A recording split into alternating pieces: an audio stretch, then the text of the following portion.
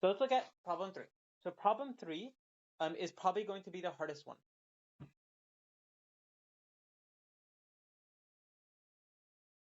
And that's why it's worth 40 points, because it's going to be the hardest one.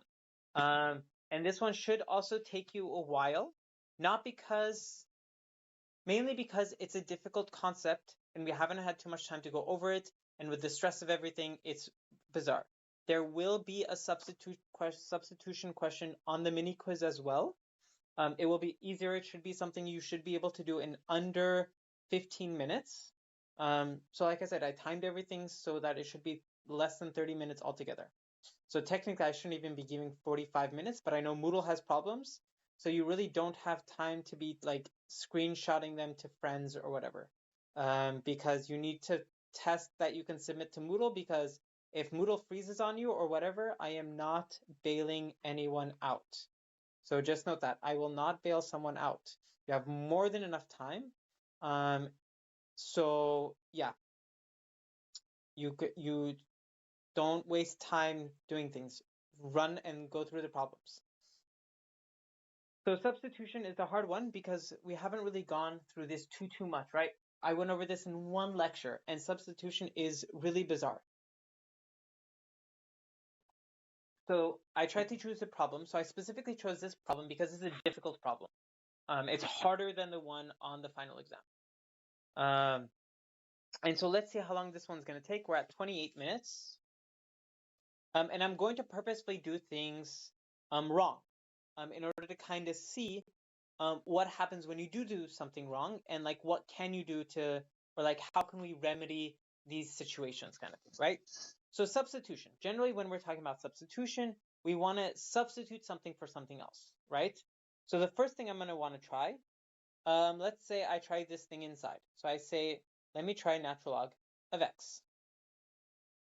Yeah. And so I'm going to want to take the differentials of both sides. So I take this, natural log of x becomes 1 over x dx, and I want to solve for this dx, so I get x du is equal to dx. So these I can plug in. So here we get this is equal to 1 to the 2. Now remember, here you either need to change your thing, so you either have to plug it in. So either I'd have to plug in 1 here to get 0, and natural log of 2 to get, I don't know, I'd probably say natural log of 2. So I'll put this on the side. Or you need to put these x's. So here, we converted this to u, and here we get u squared plus 1 times x. I thought this was the one that wasn't going to work. Did I screw this up? I might have screwed this up. Oh well. Maybe it works for both. Bananas. Oh well. Times x times du. And so here we can cancel these x's. Oh yeah, this is why it doesn't work. Yeah. And so here we have some other problems. So remember this we can rewrite. I'll put this in parentheses. I can rewrite this also as from 0 to natural log of 2 of arc tan u over u squared plus 1 du. Yeah, okay. So if we look at this, this is not that much simpler, yeah? Like, sure, the x's are gone, but I still have this arc tan u over u squared plus 1. Like, this doesn't look nice, right? This is no fun. Sometimes with the substitution, this does happen, and you have to substitute something else. But here, if you kind of look at things, no matter what I substitute, you're going to have a problem, right? So let's try another substitution and see what happens, because I want to waste time. So let's try substitute again, and I'm going to try to substitute this. So second substitution.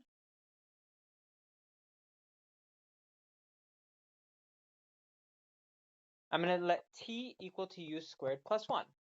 Okay, so let me take the derivative of both, right? The 1 goes away. So I get dt over 2u is equal to du. So let me plug this in. So x equals 1 to 2. This is my favorite way of doing it. I keep these as rounds, but you can leave it. You can keep translating if you want. That's okay. So here we get t on the bottom, right? U squared plus 1 is t. And then du becomes dt over 2u. Okay? But notice here, I can't cancel these u's, right? This u is inside the arctan, and this u is by itself. So now I'm even worse off than before. So I tried all this, none of this worked. So this is bad. So this one is not going to work. And I'll put a little sad face. And so let me actually, I'm going to delete all this. I'm going to delete most things. Let me actually delete this part. Yeah.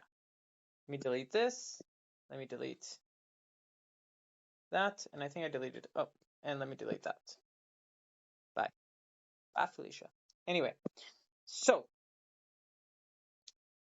this is one thing we tried, and this is bad. So let's try something else. This looks complicated, so I'm not going to try that. Let me try arctan natural log of x, right? This is just chain rule, and we've done this a few times. So let's try this. So let's make u equal to arctan natural log of x, yeah? And let's take the derivative. So arctan of x, if you remember what the derivative is, do I have it written off the top of my head? Nope, I don't. It's right there, right? This gives me, so arctan, so here, I'll write this on the side, d dx of arctan of x is equal to 1 over x squared plus 1. So here I have natural log of x, right? So I'm going to keep this as natural log of x squared plus 1. Note that natural log of x squared is the same thing as with sine, right? So natural log of x squared is equal to natural log of x times natural log of x. It is not equal to natural log of x squared. So just note that. Because people will ask, and I'll just say, look at the video. So remember this. So we have this, but remember it's the chain rule, so now I have to take the derivative of the inside. But this we already know is just 1 times x, right? So I have this. And this is kind of nice because we kind of, like if you look here on the bottom, right here, this looks like this. So we're kind of happy. And actually, this is literally just this part, right? It's just this. So I can just substitute this for that, this for that, and I get from x equals 1 to 2, arctan ln of x is u, and then dx divided by ln of x squared plus 1 times x, this is just du. This is nice. This we know how to do, right? This is just u squared plus 2. And since it's a definite integral, I don't add a plus c. But I saw this x equals 1 and x equals 2, so I still have to solve this. So at this point, I plug in my u, arctan of ln of x squared divided by 2. And we're going to do this from here. I don't need x's anymore, 1 to 2. So what do we have? We have arctan of ln of x squared of 2. Sorry, we're plugging in 2 minus arctan ln of 1 squared over 2. This I'm going to leave as is, arctan ln of 2, because I don't know what ln of 2 is, and you don't need to calculate. Don't calculate. Don't plug into calculator.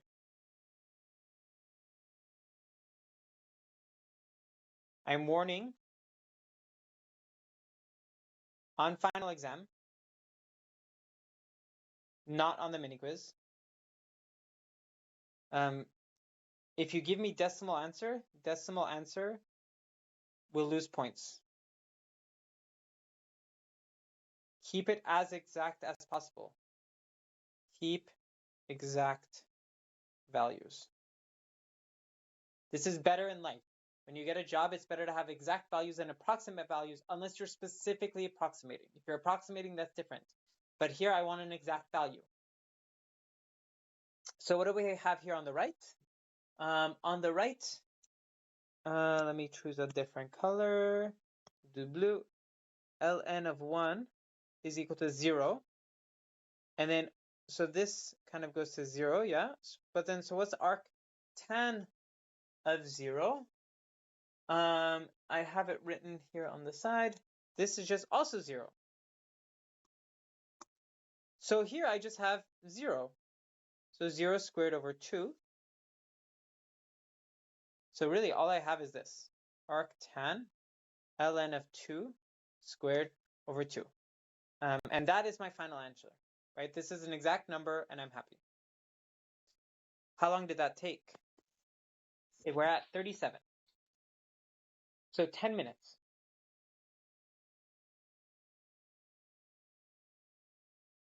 That means this problem should ideally take less than, we'll say for like 30 minutes, right? Maybe even 45. We'll say 45, yeah? Like it should definitely take less than 45. So it should really be 30. So what, we have 10 minutes here, an hour here, even though that took shorter. Yeah, that took shorter, now that I think about it.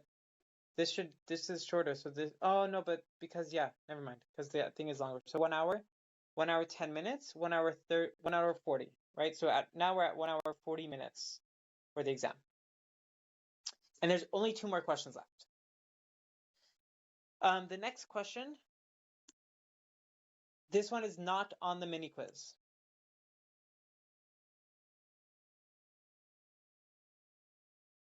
But it is a final exam question. And that's because a lot of people did not do well with the squeeze theorem. And so you're going to have to do this again. And so let's look at this. And we're going to go through this slowly, yeah? And I'm going to show how to do this properly. Remember, the one that's on the final is going to be easier. So if you can follow along here, you'll be good. P.S. These points right now, they're temporary. This might change. So for all the problems, will change, probably. Will change. Yeah, so we have this. So what we're going to do is we know we want to squeeze something, right? What's the only thing in here that we can squeeze? It's the sine of x.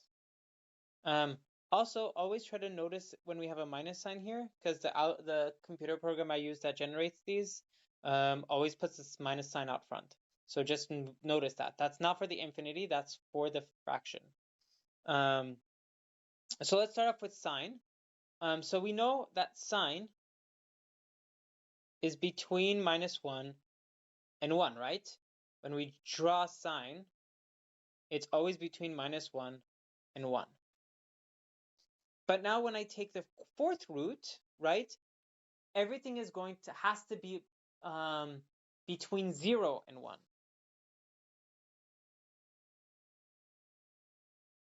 Right? Since sine of x to the 4 is always positive, right? Because it's to the 4th power. It's always positive.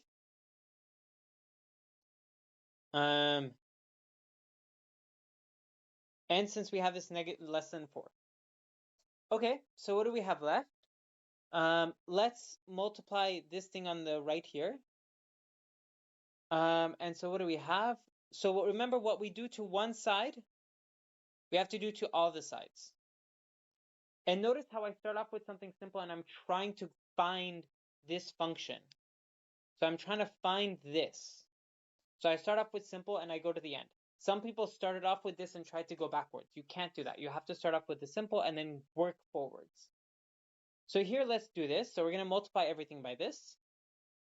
So 0 times x to the 7 plus x to the 6 minus x to the 5 is less than or equal to x to the 7 plus x to the 6 minus x to the 5. sine x to the 4 less than or equal to, it's just 1 times, right? So I'm just going to write the function out itself. So here, this is just 0, right? So I have 0. And then what's next is I have this minus sign. So let me actually just multiply this top part by this. So here, what I do is when I multiply by 0, I also have to remember to flip the inequalities. So I have minus 0 is greater than or equal to minus x to the 7 plus x to the 6 minus x to the 5 sine x to the 4 greater than or equal to minus x to the 7 plus x to the 6 minus x to the 5.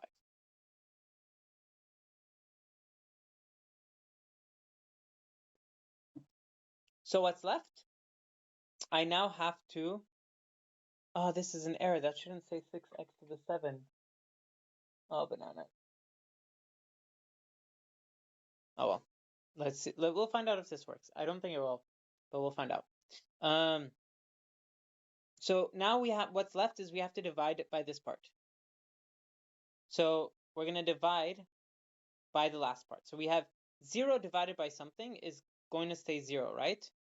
So here I'll just keep 0 is greater than, and here we finally get the function we started with.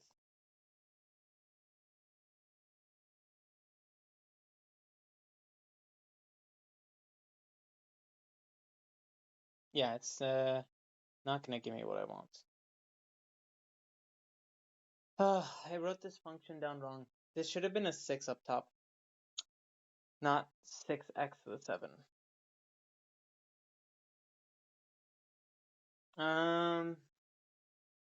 Did I do that? I'm gonna have to double check the finals, but I'm pretty sure in the finals it's correct. This should be something else. No, wait. No, it's not 6 on the bottom. It was.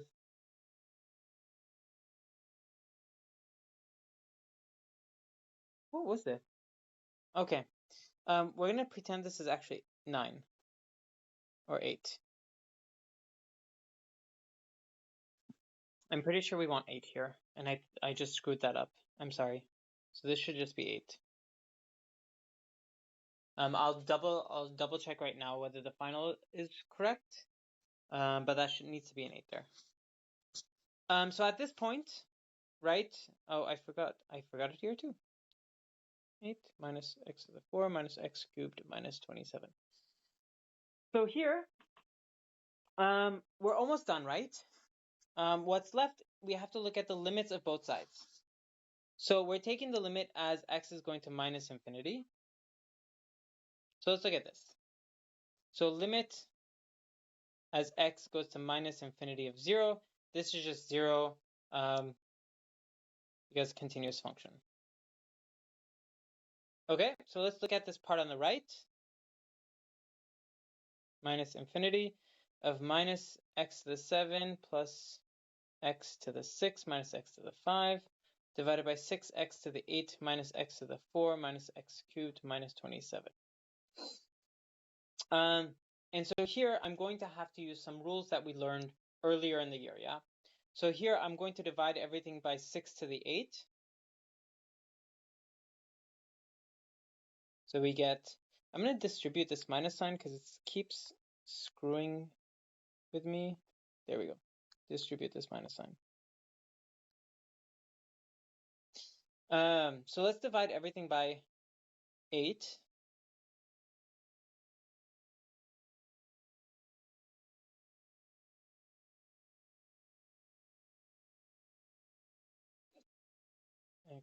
x4 to the x8 minus x cubed over x8 minus 27 over x8. And so basically what I did here is I did 1 over x8 divided by 1 over x8. So what is this equal to? Limit as x goes to minus infinity of minus 1 over x minus 1 over x squared minus 1 over x plus 1 over x cubed divided by 6 minus 1 over x to the 4 minus 1 over x to the 5 minus 27 over x to the 8, right? And so now I have to distribute. So I get minus limit x goes to minus infinity, 1 over x, minus limit x goes to minus infinity, 1 over x squared, plus limit x goes to infinity, 1 over x cubed, over limit as x goes to minus infinity of 6, minus limit, yes, you do have to do all of this, x to the 4, minus limit x to the minus infinity, 1 over x to the 5, minus 27 limit as x to the minus infinity, 1 over x to the 8. And then you're going to recall 1 over x to the r is equal to 0. So here I get 0, minus 0, minus 0, plus 0 over 6 minus 0, minus 0, minus 0 times 27 technically. So we get 0 over 6, which is just 0. So therefore, there's no room. Therefore, limit as x goes to minus infinity of minus x7 minus, or yeah, no, actually we don't even need this. Therefore, here we can finally state the squeeze theorem, but therefore by squeeze theorem, and you need to state this, limit as x goes to infinity of minus infinity of our whole original equation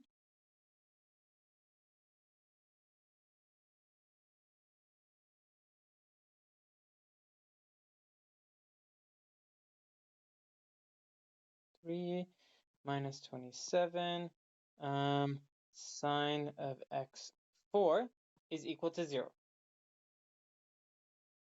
Yeah? So this you guys have had tons of problems with, tons of time with. You've done this a million times. So this should be doable.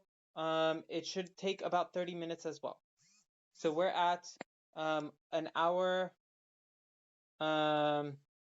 45, I think was the last one. So no, an hour 40, right? So we're now at 2 hours and 10 minutes. Yeah, how long did that take? That took about 10 minutes as well. So yeah, so that's another 30-minute question. Yeah? So remember, these are harder than what you should be seeing on the exam itself. Remember, if you're doing the mini quiz, it's not on the mini quiz. So one more question, and the last question, this is also going to be on the mini quiz. Yeah, this is also going to be on the mini quiz.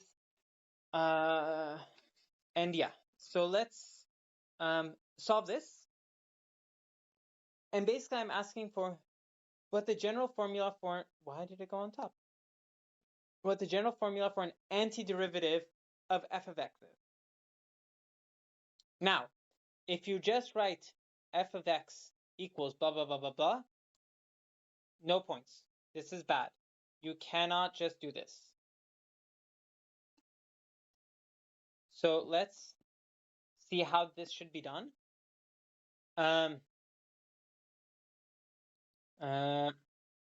So what we'll do is this. So minus cosecant x squared, right? So you're going to have to look at your sheets again to kind of see what your what options you have when we're taking derivatives.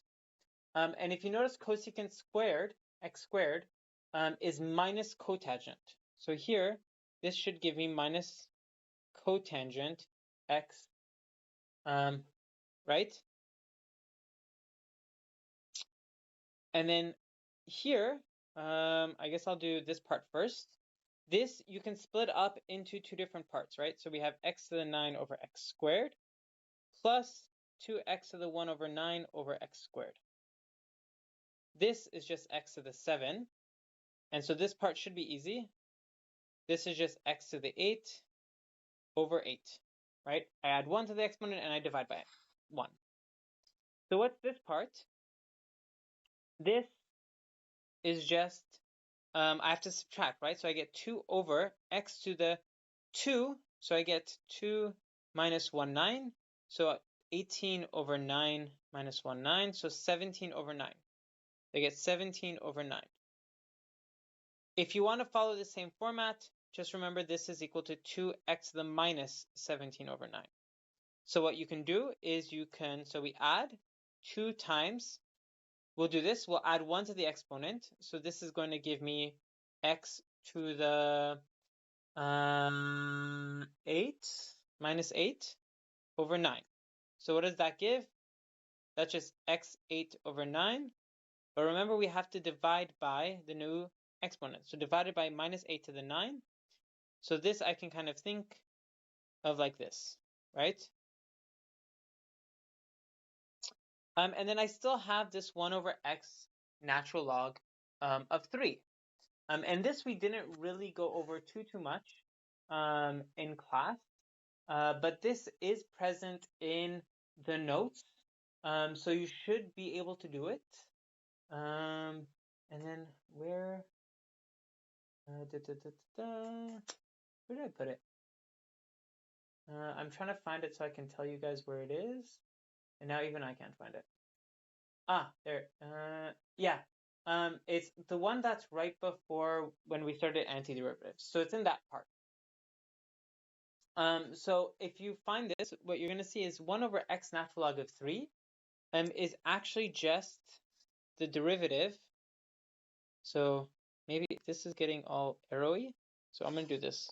1 over x natural log of 3. This is actually just the derivative of log base 3 of x. So really this is just log base 3 of x. The only thing missing, we want the general formula, so I need a plus c. And then this is kind of nasty, so you should simplify a tiny bit. Like notice how these minus signs, they can go away. This minus can replace the plus. 2 divided by 8, that's just 4. I can just put that 4. Plus log 3x plus c. That's it. Yeah? That's a solution. So again, these numbers might not be correct. This took almost no time as well. So really we're at 2 hours and 30 minutes max. Note that I only went over 4 questions for the mini quiz and 5 questions for the practice. We're a little over on time, but I'll still give you the next few notes. So let me add a page. So for, these lines are massive. Anyway, for mini quiz,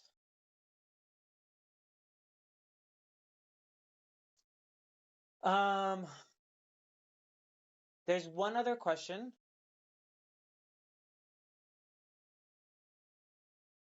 It's multiple choice. So this one I'll help you. It's multiple choice. And it's on area / Riemann integration, Riemann summation / integration. I can't really say more than that, but if you've seen the lectures on this and you kind of know what's happening, this question should literally take you 20-30 seconds. This should be a very simple question. It's not a trick question. It should be easy. You should just be like, well, this is the only one that makes sense. Click on that and keep going. For the final, there's probably, I might add one more question, potentially one more question.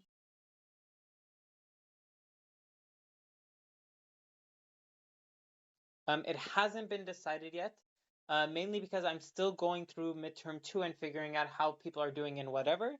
And basically, if you recall how I added the squeeze theorem, because this was one of the things people did poorly on in the first midterm, I want to add one more question from second midterm.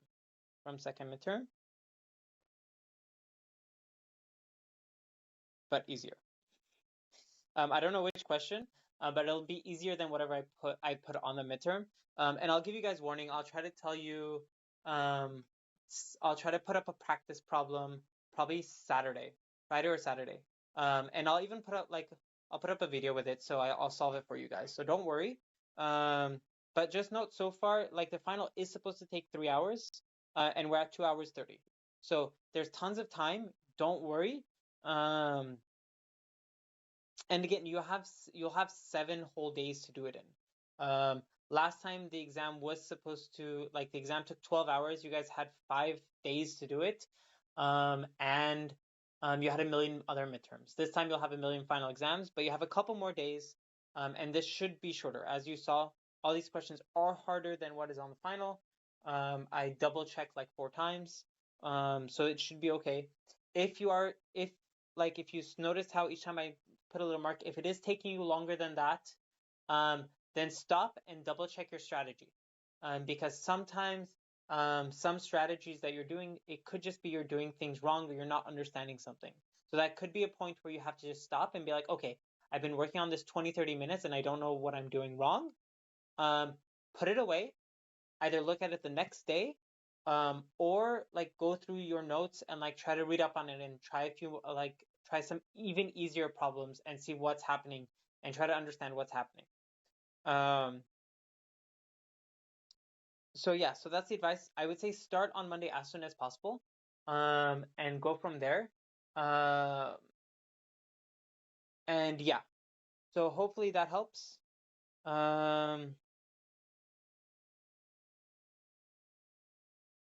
If you have questions, I'll try to be on Discord over the weekend. I'll answer emails every so often. I need to figure out grades for some people, so you might get emails from me about grades. I'm gonna set up meetings, so don't worry too much. But yeah, hopefully all is well. I miss you all, and